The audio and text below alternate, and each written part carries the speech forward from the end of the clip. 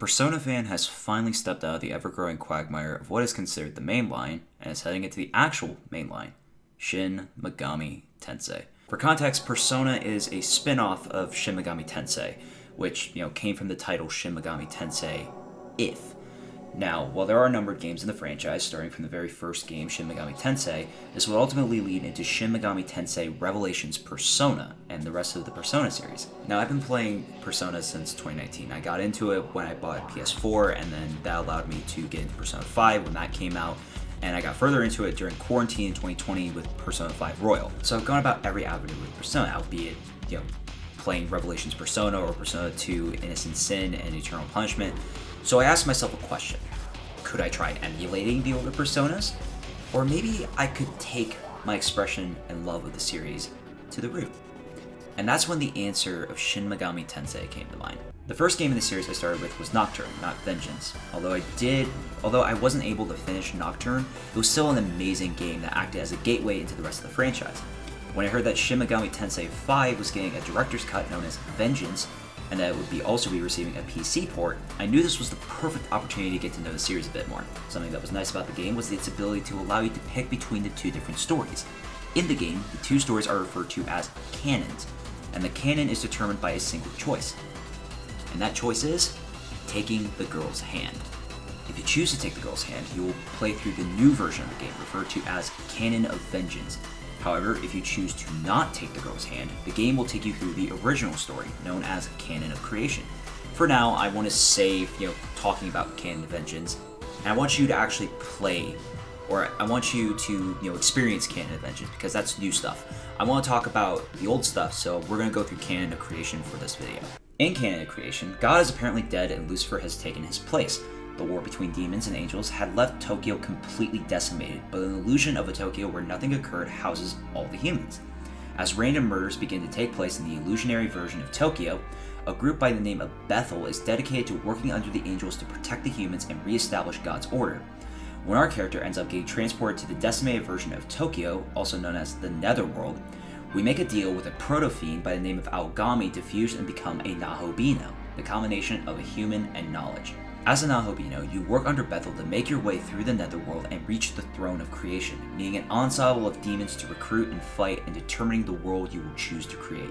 Now, going outside of the plot for Shin Megami Tensei 5, the gameplay and even just the replayability aspects of Shin Megami Tensei 5 are some of the most fun I've ever actually had with an Atlus title. I mean, there's a lot to even just uncover with just playing Shin Megami Tensei 5, so let's get into that real quick. In Shin Megami Tensei 5, we have a combat system referred to as press turns. Now, this is not only just apparent in Shin Megami Tensei 5, this is also present in the other Shin Megami Tensei games, and I want to make that point relatively clear. To explain the system, you see these four icons right here? These are known as press turn tokens. When you commit to an action, you consume a token. When all four of these icons are consumed, then it's the enemy's turn to attack. Now, the good news is there's rewards for using the system properly. If you manage to hit a weakness or land a critical attack, you consume half a token, indicated right here. This means instead of 4 moves, you now get 5 moves. If all your party members land weaknesses or criticals, you can do a maximum output of up to 8 moves. However, there's a caveat to this system, and it's that your enemy can also hit weaknesses and criticals too. And there's more. If you hit a resistance, you'll do less damage. If you hit a nulled resistance, or block, you'll lose 2 press turn tokens. If you miss your attack, you will also lose 2 press turn tokens. Now here's the kicker. If you or an enemy absorbs or deflects an attack, the turn ends. What's nice about the system is, as I stated before, it can be as rewarding as it is punishing.